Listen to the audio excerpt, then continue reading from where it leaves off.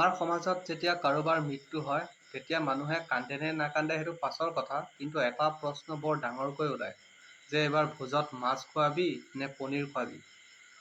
অদ্ভুত নহয়নে? ঘৰৰ কোনোবা এজন আপোন মানুহ ঢুকাই গ'ল, কাৰোবাৰ আশা ভাঙি পৰিল, কাৰোবাৰ অভ্যাস ভাঙি পৰিল, শেষ হৈ গ'ল ভৱিষ্যত। মানুহ ঘৰে উশাহেই ল'ব পৰা নাই। ইফালে হস্পিটেলত টকা এগাল ভৰি আহিছে। সেই সময়তে সমাজৰ কিছু মেডিকেল এক্সপাৰ্ট টাইপৰ বুঢ়া বুঢ়ী আৰু ধৰ্মৰ ঠিকাদাৰ কিছুমান গৈ পেলাই সেই মানুহ ঘৰৰ দুখ পাতল কৰি নিদিয়ে। তেওঁলোকে SOP দিয়ে যে 3 দিনত এইটো কৰিব লাগিব, 10 দিনত সেইটো কৰিব লাগিব, 12 দিনত আমুকক মাতি তামুক দিব লাগিব, এইটো বস্তু ইমানজন মানুহক দান দিব লাগিব। আজি মই এটা কঠিন প্ৰশ্ন কৰিব ওলাইছোঁ, যাৰ উত্তৰ হয়তো সকলোৰে মগজুত আছে, কিন্তু মুখ খুলিবলৈ কাৰো সাহস নাই। মৃত্যুৰ পাছত এই যে কৰ্মকাণ্ডবোৰ হয়, সঁচাকৈ মৃত ব্যক্তিজনৰ কাৰণে নে এয়া কেৱল কিছুমান পৰজীৱীৰ কাৰণে যোনবিলাকে এইবোৰ কৰিয়ে চলি আছে? ধৰি লওক এটা বৰ দুখীয়া পৰিয়াল, ঘৰৰ একমাত্ৰ উপাৰ্জনকাৰী মানুহজন হঠাৎ ঢুকাল। পৰিয়ালটোৱে এফালে কান্দিব লাগিছিল, নিজৰ অন্ধকাৰ ভৱিষ্যতটোৰ কথা চিন্তা কৰিব লাগিছিল, কিন্তু আমাৰ সমাজে কি কৰে? আমাৰ সমাজে সময় নিদিয়ে। কান্দি থাকিলে নহ'ব, 12 দিনৰ ভোজৰ ব্যৱস্থা কৰিব লাগিব। হয়তো কোনোবাই সৰু সুৰা সহায় কৰিব পাৰে, কিন্তু বেছিভাগ টকা তেওঁলোকে খৰচ কৰিব লাগিব। আৰু সেই টকাবোৰ ক'ৰ পৰা আহিব? নিশ্চয় ধাৰ কৰিব। আৰু ধাৰ কোনে মাৰিব? এটা ডাঙৰ ভয় খুওৱা হয়। ভয়টো এইটো যে মৃতকৰ আত্মাই শান্তি নেপাব। মানে এতিয়া এনেকুৱা হৈ গৈছে, ভগৱানেও টকা পইচা চাইহে স্বৰ্গৰ দুৱাৰ খুলি দিয়ে। মনোবিজ্ঞানৰ ভাষাত ইয়াক আচলতে কোৱা হয় ইম'চনেল ভালনাৰেবিলিটি, মানে মানসিক দুৰ্বলতাৰ সুযোগ লোৱা।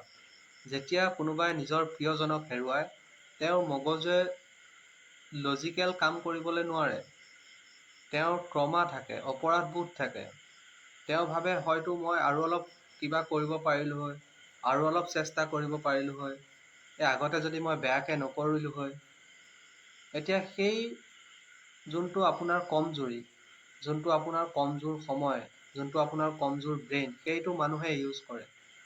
আৰু সেই ইউজ কৰি পেলাই আপোনাক লুণ্ঠন কৰে বা আপোনাৰ ওপৰত প্ৰেছাৰ দিয়ে।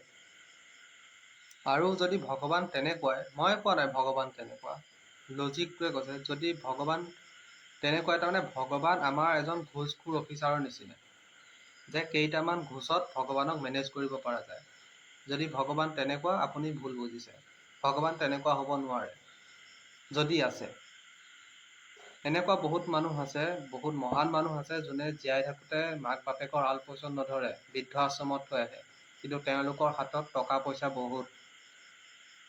কিন্তু মৃত্যুৰ পাছত তেওঁলোকৰ মাক বাপেকৰ প্ৰতি মৰম জাগি যায়, কাৰণ সমাজক দেখাব লাগিব, আৰু সমাজে সেইবোৰে ভাল পায়।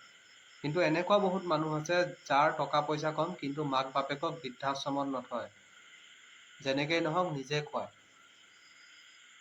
এতিয়া আপুনি নিজে তুলনা কৰি চাওক যে কোনজন স্বৰ্গলৈ যাবলৈ যোগ্য।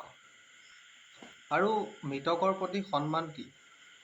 সেই যোনজন মানুহ মৰিলে তেওঁৰ যোনখিনি ভাল গুণ, যোনখিনি ভাল শিক্ষা, নিজৰ জীৱনত এপ্লাই কৰা নে ধাৰ ঋণ কৰি পেলাই মানুহক খানা খোৱা? মানুহৰ মৰণক লৈ পেলাই কাৰোবাৰ ওপৰত প্ৰেছাৰ দিয়া, বা ব্যৱসায় কৰা, বা নিজৰ লুটি সেকা, এইকেইটা কথা মই ভাল নেদেখোঁ। আপুনি কি ভাবে কমেণ্ট বক্সত কমেণ্ট কৰি জনাব।